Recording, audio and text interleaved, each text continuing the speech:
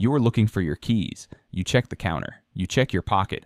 And then, without deciding to, you say it out loud. Where did I put them? Nobody is home. Nobody is listening. But the words come anyway, spoken to an empty room, as if some part of you needed a witness.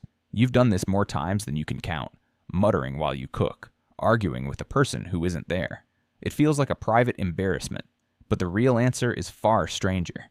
This isn't a glitch in your mind. It's a leftover tool, still running quietly every single day. Think about how strange this actually is.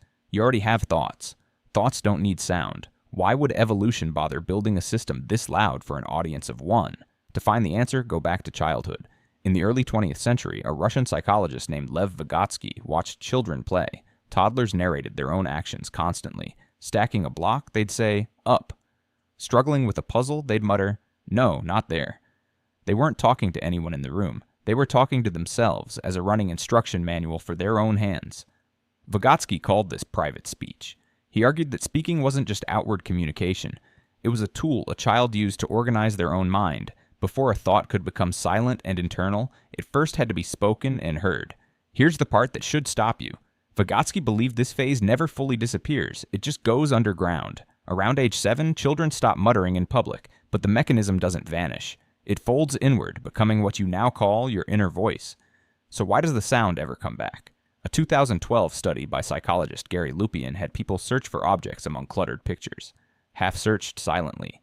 Half said the object's name out loud. The out loud group found it faster, consistently. Saying a word out loud sharpens your attention to its meaning. Speech recruits more of your brain than silent thought, pulling in motor and auditory circuits at once. When silent thinking isn't cutting through the noise, your brain reaches for the older, louder tool.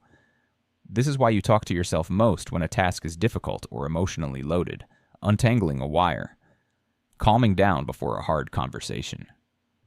Ease doesn't need a voice. Struggle does. There's a second thread, and it has to do with distance. Psychologist Ethan Kross studied the anxious chatter in your head. People who reframed their inner monologue in the second person, thinking, "You can do this" instead of "I," performed better under pressure. Something as small as a pronoun changed how the brain processed the threat. Talking to yourself as someone else creates psychological distance. It lets your brain treat the problem the way it treats other people's problems, with more calm, less panic.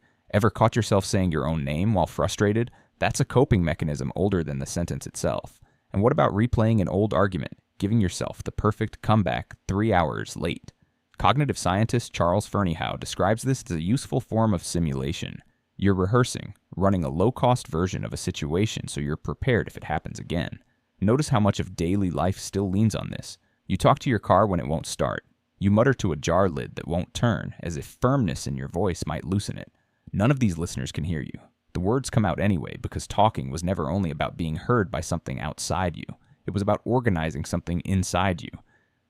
Here's the twist most people never expect. Talking to yourself out loud isn't a sign something is wrong. Self-talk correlates with better focus, better performance, and better emotional regulation. The people who narrate their way through frustration aren't behind. They're using a tool baked into human cognition since before most of us could read. So think again about that moment searching for your keys. Somewhere in your throat and your ears, an older circuit switched on. The same circuit a toddler uses to talk themselves through a puzzle. The same one Vygotsky watched nearly a century ago. The same one that still fires whenever silence isn't enough to hold a difficult thought steady. Notice how often it happens under pressure, not when you're calm. Notice the shift from I to your own name when things get hard, and ask who you're really talking to. Maybe it was never about being alone in the room. Maybe every time you spoke to an empty kitchen, you were doing something your mind has done since before you could tie your shoes. Because you were never really talking to no one.